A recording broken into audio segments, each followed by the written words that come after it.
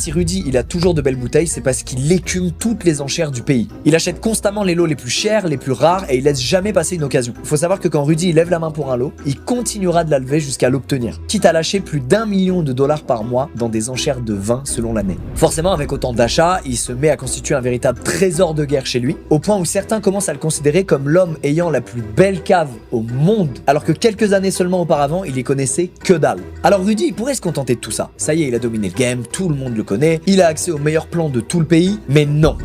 Rudy il a pas atteint sa forme finale. Parce que maintenant qu'il a des bouteilles super rares, lui aussi il a envie de se faire un bon gros billet. Et comme il a raflé tous les stocks, il peut les revendre au prix fort. Il contrôle le marché un peu en quelque sorte. Il s'associe donc avec son pote John Capone et ils vont ensemble mettre au point 2 grosses ventes aux enchères en 2006. Et ça va avoir un énorme succès. Sa réputation le précède, tout le monde sait qu'acheter des lots à Rudy, c'est la certitude de mettre la main sur des pièces rarissimes et de bonne qualité. PDG, grand collectionneur, tout le monde veut pouvoir ramener des pièces signées Rudy dans sa cave. Il y a donc plusieurs milliers de bouteilles rares qui sont mises en vente. Plusieurs milliers. Et ça part comme des petits pains. 10 millions de dollars lors de la première séance, 25 millions de dollars lors de la deuxième.